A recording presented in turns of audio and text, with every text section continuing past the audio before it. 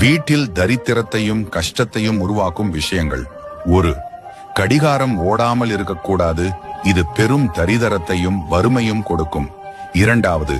அதே போல் உடைந்த கண்ணாடிகளும் இருக்கக்கூடாது. 3. குப்பைகளை சேகரிக்க கூடாது.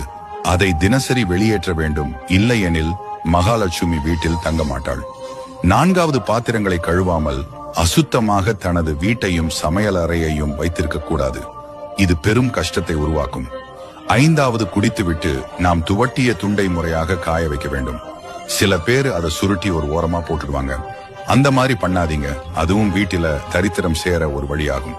இந்த முக்கியமான தகவலை அனைவருக்கும் பகிருங்க. உங்க ஒவ்வொருத்தரோட ஆதரவும் எனக்கு ரொம்ப முக்கியம். நீங்க கொடுக்கிற ஒவ்வொரு லைக்கும் ஒவ்வொரு சப்ஸ்கிரைப்பும் எனக்கு பெரிய ஊக்கமா இருக்கு. இது மாதிரி இன்னும் நிறைய வீடியோஸ் பண்ண உங்க ஆதரவு எனக்கு தேவை. மறக்காம சப்ஸ்கிரைப் பண்ணுங்க.